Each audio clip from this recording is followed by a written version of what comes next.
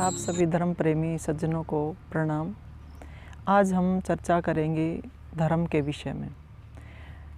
आप देख रहे हैं कि मानव समाज में जो कि सबसे सर्वश्रेष्ठ समाज माना जाता है, मनुष्य का जो समाज है, इसीलिए माना जाता है क्योंकि वो एक सामाजिक प्राणी है। समाज के बिना उसका काम चल नहीं सकता है। और पशु हैं, पक्षी हैं, वो झुंड में रहते हैं, समूह में रहते हैं। और आज का जो हमारा समय है, वर्तमान समाज को हम देख रहे हैं, बहुत दुख होता है। इसीलिए इस विषय पर थोड़ी सी चर्चा इस रूप में करने की आवश्यकता पड़ी है कि आज मनुष्य समाज जो एक तरह से दिलों से बटा हुआ है, बहुत ही ज़्यादा आपस में एक खाई जो है वो बनती जा रही है एक दूसरे के प्रति। क्यों? धर्म के नाम पर, जाति के नाम पर। क्योंकि मनुष्य के साथ ये दो चीज़ें लगी हुई हैं, धर्म और जाति। इन्हीं में वो उलझा हुआ है। सारी उम्र इसी में वो लगा देता है कि मेरी जाति ये है, मेरा धर्म ये है। धर्म के बारे में हमें सीधी सीधी जानकारी होनी चाहिए। हम धर्म वो धर्म नहीं होता जिसके नाम पर खून खराबा होता है, रक्तपात होता है, एक दूसरे की जान के हम प्यासे बने रहते हैं, एक दूसरे को मिटाने की सोचते हैं। ये धर्म नहीं है। धर्म क्या है? धर्म की परिभाषा हमें अच्छे से जान लेनी चाहिए कि मनुष्य जब पैदा होता है, परमात्मा उसको इस दुनिया में भेजता है, तो उसके साथ साथ उसका अपना एक अस्तित्व है, उसका अपना एक वजूद है। जिस प्रकार से जितनी भी चीज़ें हैं, जितनी भी सारी चीज़ें हैं परमात्मा ने बनाई हैं, उनके साथ एक विशेष गुण परमात्मा ने दिया है, ईश्वर ने दिया है। चाहे वो किसी भी रूप में हो, पेड़ है, पौधे हैं, जितनी भी जो है चीज़ें हैं, वनस्पतियाँ हैं, और जितने भी पशु हैं, पक्षी हैं, सब में एक खास गुण होता है, खास विशेषता होती है। जैसे हम पानी की बात करें, पानी में खास गुण क्या होता है? शीतलता देता है, गलाता है। अगर पानी बार बार हम पीते रहें, वो प्यास ही ना बुझाए, शीतलता ही ना दे, तो वो पानी पानी नहीं कहला सकता। इसी प्रकार से जो अग्नि है, अग्नि का काम क्या होता है? अग्नि का काम जलाने का होता है, जलना और जलाना ये काम होता है। अगर अग्नि में से इस गुण को निकाल दें कि वो किसी चीज़ को जला ही नहीं सकती, तो वो अग्नि अग्नि नहीं कहला सकती है। इसी प्रकार से जैसे हम फूलों की बात करते हैं, हर फूल की अपनी एक विशेषता होती है, अपना एक गुण होता है, और वो किसके माध्यम से? वो आकार प्रकार से नहीं, उसकी सुगंध से। जैसे हम गुलाब का फूल लेते हैं, गुलाब के फूल की विशेषता उसकी सुगंध से है। इसी प्रकार से परमात्मा ने हर चीज़ में, हर पदार्थ में एक विशेष गुण दिया है, और उस विशेष गुण के कारण ही उसका अपना एक अस्तित्व है, उसका अपना एक वजूद है। इसी तरह से मनुष्य जो है वो इस धरती का सबसे श्रेष्ठ प्राणी कहलाता है। और मनुष्य का जो गुण है, विशेष गुण है, जो परमात्मा ने उसके साथ दिया है, जिससे उसका वजूद समाज में लगता है कि भाई हाँ ये मनुष्य है, वो है मानवता। वो मानवता ही उसका धर्म है। धर्म केवल हम मज़हब के नाम पर, हम हिंदू हैं, हम मुसलमान हैं, हम सिख हैं, हम ईसाई हैं, हम ये धर्म नहीं है। धर्म है मानवता, इंसानियत। अगर मनुष्य के पास उसके अपने कुछ खास गुण अगर नहीं है, तो वो मनुष्य नहीं कहला सकता है। जैसे हम मनुस्मृति की बात करते हैं, जो मानव शास्त्र के नाम से जाना जाता है समाज में, उसमें जो है 10 लक्षण दिए हैं धर्म के, कि अगर मनुष्य के अंदर ये गुण हैं तो वास्तव में वो मनुष्य कहला सकता है। सबसे पहले तो धैर्य, कि मनुष्य के अंदर धैर्य होना चाहिए, कि वो जो है अपने जो भी काम करे, चाहे, क्योंकि मनुष्य का जीवन है, उसमें दुख भी आएंगे, सुख भी आएंगे, सफलता भी होगी, असफलता भी होगी, मान भी होगा, अपमान भी होगा। तो ये कहा, उनमें सब में जो है एक तरह से समता का भाव बना करके वो अगर आगे बढ़ता है, धैर्य के साथ अगर वो आगे बढ़ता है, तो हम कह सकते हैं कि हाँ ये मनुष्य है, मानवता इसके अंदर भरी हुई है। तो कि हमें जो है धैर्य रखना चाहिए।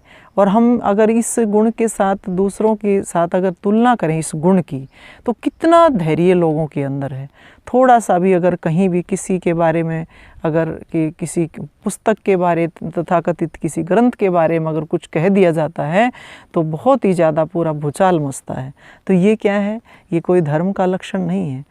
क्षमा, दूसरा गुण आता है क्षमा का, कि भाई जाने अनजाने में अगर कोई हमारा अपमान कर देता है, हमारा कोई नुकसान कर देता है, तो कोई बात नहीं। मनुष्य का जो धर्म है वो है दूसरे को क्षमा करने का। तो दूसरे को हम क्षमा करें, पर इसका मतलब ये नहीं है कि दूसरा जो है हमारे ऊपर अन्याय करता रहे और हम उसको सहन करते रहें। ये भी एक तरह से अब एक अपना खुद की आत्मा का हनन है कि हम एक तरह से, ये तो है कि अनजाने में कोई हमारे से इस प्रकार का व्यवहार करता है तो हम क्षमा कर दें, लेकिन अगर जानबूझ करके कोई अगर इस प्रकार का कदम उठाता है तो हमें ऐसे भी अन्याय सहन नहीं करना चाहिए। धरती, क्षमा और दम की बात करें हम, तो हम ये देखते हैं कि मनुष्य के जो शत्रु हैं, जो हमारे अंदर जो भरे हुए हैं, काम है, क्रोध है, लोभ है, मोह है, अहंकार है, यानी आत्मा का जो है एक तरह से नियंत्रण करके चलना, अपने ऊपर संयम करके चलना कि काम, क्रोध, लोभ, मोह, अहंकार ये हमें परेशान ना करें। तो ये दम जो है ये हमारा तीसरा जो है धर्म का लक्षण कहलाता है। धृति, क्षमा, दमो, अस्तेय हम बात करें, अस्तेय की अगर हम बात करें, देखिए आज जो भी समाज में हो रहा, हम ये कहें छोटी छोटी बातें हैं। बच्चों को पहले तो इस प्रकार की जो शिक्षा होती थी वो उसके जो शिक्षा पद्धति होती थी, उस शिक्षा का एक पार्ट होता था कि बच्चे को हम ये सिखाते थे कि तुम्हें कभी चोरी नहीं करनी चाहिए, चोरी नहीं करनी चाहिए। कहने में ये बात बहुत छोटी लगती है, लेकिन आज हम जब समाज में देखते हैं तो कितना बड़ा जो ये घोटाले होते हैं, कितने करोड़ों करोड़ों अरबों अरबों के जो घोटाले होते हैं, क्यों होते हैं? ये इसीलिए होते हैं क्योंकि हम अस्तेय का पालन नहीं करते। हमारी जो अपनी कमाई है, पवित्र कमाई, उससे काम चलता नहीं है। लोग बेईमानी से, लालच से, लोभ से जो है मतलब हर तरह से इतना ज़्यादा उनके अंदर एक व्यसन भर गया है कि भाई हमें ज़्यादा से ज़्यादा मिले, ज़्यादा से ज़्यादा मिले। तो समाज में इसका पालन नहीं होता तो ये हालत हो रही। तो ये अस्तेय जो है ये मनुष्य के अस्तित्व के साथ जुड़ा हुआ है, उसका वास्तव में जो है ये उसका धर्म है। अगर हम इसका पालन नहीं करते तो मनुष्य नहीं कहला सकता है। और हम शौच की बात करते हैं, शौच मतलब स्वच्छता, चाहे वो मन की स्वच्छता हो, चाहे वो हम शरीर की स्वच्छता हो, पवित्रता हम हर जगह रखें। और इसमें भी सारी बातें आ जाती हैं, जैसे महर्षि दयानंद की अगर हम यज्ञ के बारे में बात करें, जो ऋषि दयानंद ने सबसे ज़्यादा उसको महत्व दिया है कि हम पर्यावरण की शुद्धि के लिए हम यज्ञ करें। तो जब हम आसपास अपने स्वच्छ पवित्रता रखेंगे, पर्यावरण की शुद्धि होगी, ये हमारे जो है अग्नि, वायु, आकाश, जल, पृथ्वी, ये जो हमारे देवता हैं, ये जब एक तरह से पवित्र होंगे, शुद्ध होंगे, तो ही हम खुले में सांस ले सकते हैं। तो ये भी एक तरह से धर्म का लक्षण कहलाता है। और हम इंद्रिय निग्रह की बात करते हैं, जैसे जिस प्रकार से दम की बात करते हैं, उसी तरह से जो है इंद्रिय निग्रह जो है, हमारी जो इंद्रियां हैं, चाहे ज्ञान इंद्रियां हैं, चाहे वो कर्म इंद्रियां हैं, हमारे जो है वाणी है, हमारी जो हाथ पैर, जितने भी हमारी कर्म इंद्रियां हैं, हमारी ज्ञान इंद्रियां हैं, जो आँख है, नाक है, कान है, ये त्वचा है जी, तो इनका भी इस्तेमाल जो है, इनका भी परमात्मा ने प्रयोग जो है हमारे को दिया तो है, लेकिन इनका प्रयोग हमें अच्छे से करना चाहिए, संयमित रूप से हमें करना चाहिए। धी की बात हम करते हैं, अगला जो धर्म का लक्षण है, धी का मतलब अच्छी बुद्धि हमारे पास होनी चाहिए। इसीलिए बार बार हम गायत्री मंत्र बोलते हैं कि हे परम पिता परमात्मा, हमें सद्बुद्धि देना। बुद्धि बहुत लोगों के पास है, लेकिन बुद्धि की दो दिशाएं हो जाती हैं कि वो एक गलत रास्ते पर चलती है, एक अच्छे रास्ते पर चलती है। तो जो धी का मतलब यही है कि हमारी अच्छी बुद्धि हो, बढ़िया बुद्धि हो। और उसके बाद जो है विद्या की बात आती है कि एक हर व्यक्ति को विद्या ग्रहण करनी चाहिए, यथार्थ विद्या जिसको कहते हैं। केवल नॉलेज लेना भी ठीक है, जितने भी प्राकृतिक चीज़ें हैं उनकी हम नॉलेज लेते हैं, वो कोई बात नहीं है। तो जो विद्या होती है, ये विद्या वो होती है जो हमें इस जीवन से दूसरे जीवन से पार लगा देती है। इसीलिए कहा विद्या वो होती है जो हमें मुक्ति तक लेकर के जाती है, उसको हम विद्या कहते हैं। ये भी मनुष्य का के धर्म में समाहित है ये चीज़ कि मनुष्य जीवन मिला है तो उसको जो है मोक्ष के लिए भी जो है, इस दुखों से छूटने के लिए भी आगे प्रयास करना चाहिए। ये जो है बताया, सत्य का हमें पालन करना चाहिए कि यथार्थ जो है हमारे सामने, ये नहीं कि भी किसी ने कुछ भी कह दिया और हमने उस बात को मान लिया कि ऐसा होगा, ऐसा नहीं। जो पदार्थ जैसा है उसको ऐसा ही जानना, मानना और कहना, यही सत्य कहलाता है। तो ये जो है हमारे धर्म के लक्षण हैं और इतना बड़ा जो है मानव शास्त्र मनुस्मृति में दिया है और उसमें धर्म के ये लक्षण दिए हैं। तो ये कहीं ना कहीं हमारे जीवन से जुड़ी हुई चीज़ें, मनुष्य के जीवन से जुड़ी हुई चीज़ें हैं। देखिए, जब हम महाभारत की बात करते हैं, महाभारत में जब सरशैया पे थे भीष्म पितामह और द्रौपदी उनके पास जाती है और वो जा कर के उनको कहती है कि मुझे पितामह धर्म की शिक्षा देना। तो धर्म की शिक्षा में उन्होंने इतना ही कहा कि बेटी, धर्म का मतलब होता है, एक अगर लाइन में मैं आपको बताऊं कि जैसा व्यवहार आप अपने लिए चाहते हो ऐसा ही व्यवहार हमें दूसरों के साथ करना चाहिए।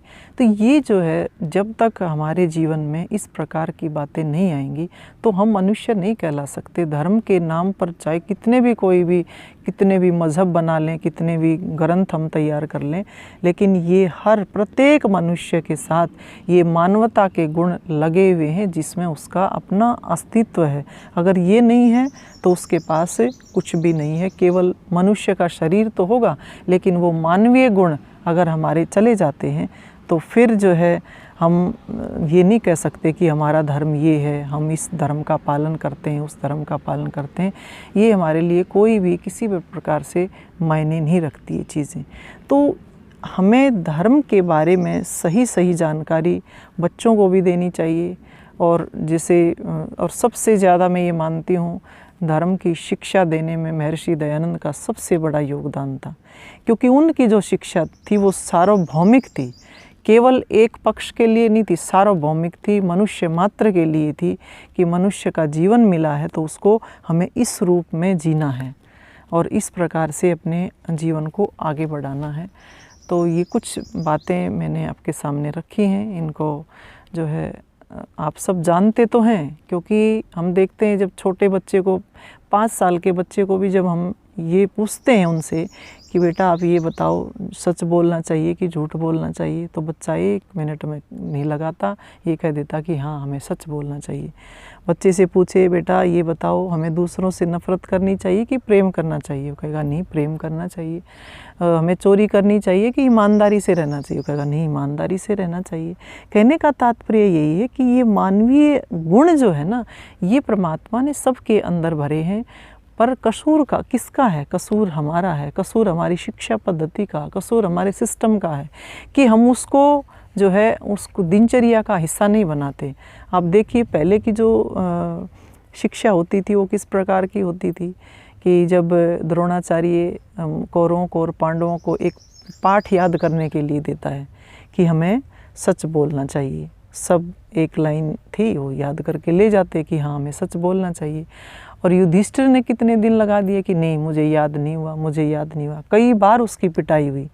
और जब उनको ये हो गया कि मैंने उसको आत्मसात कर लिया है, कि मैंने उसको अपने जीवन में धारण कर लिया कि हाँ मुझे सच बोलना चाहिए, सत्य बोलना चाहिए, तब उन्होंने जो द्रोणाचार्य जी के सामने ये सिखाया, बताया कि भाई हाँ सच बोलना चाहिए, सत्य। उसके बाद कहा कि मैंने इसको अपने जीवन में जो है आत्मसात कर लिया। कहने का तात्पर्य ये कि ये जो चीज़ें थी ये सारी की सारी पहले हमारी शिक्षा का हिस्सा होती थी। आज हम वर्तमान समाज में देखते हैं कि सब कुछ होते हुए भी हमारे जो मानवीय गुण हैं वो दिन प्रतिदिन लुप्त होते जा रहे हैं, जो कि मतलब एक तरह से नीरसता लेकर के आ रहे हैं। कहीं मतलब तनाव है, कहीं हर तरह से दुख और मनुष्य की जो स्थिति बनी हुई है वो इसी कारण से बनी हुई है कि हमने अपनी जड़ों को उखाड़ दिया है। अपनी जड़ों को जब हम उखाड़ते हैं तो हम सूख जाते हैं। यही कारण है कि आज सब कुछ होते हुए भी हमारे पास कुछ भी नहीं है। जो है हमें दोबारा से सोचना पड़ेगा, अपने इतिहास में जाना पड़ेगा, अपने उस गौरवपूर्ण इतिहास को देखना पड़ेगा, अपनी प्राचीन संस्कृति की तरफ जो है लौटना पड़ेगा कि वो वास्तव में हमें क्या शिक्षा देना चाहते थे, कैसा जीवन जो है वो हमें जीना देना चाहते थे, कैसा संदेश देना चाहते थे। जब तक हम अपने उस वजूद को नहीं देखेंगे, अपनी उस सत्य को स्वीकार नहीं करेंगे, तब तक हमारा सर्वांगीण विकास नहीं हो सकता। इस बारे में हमें पुनः विचार करना चाहिए। इन्हीं शुभकामनाओं के साथ आप सबका धन्यवाद, सबको नमस्ते। चैनल को सब्सक्राइब करना ना भूलें और ऐप को डाउनलोड करना ना भूलें।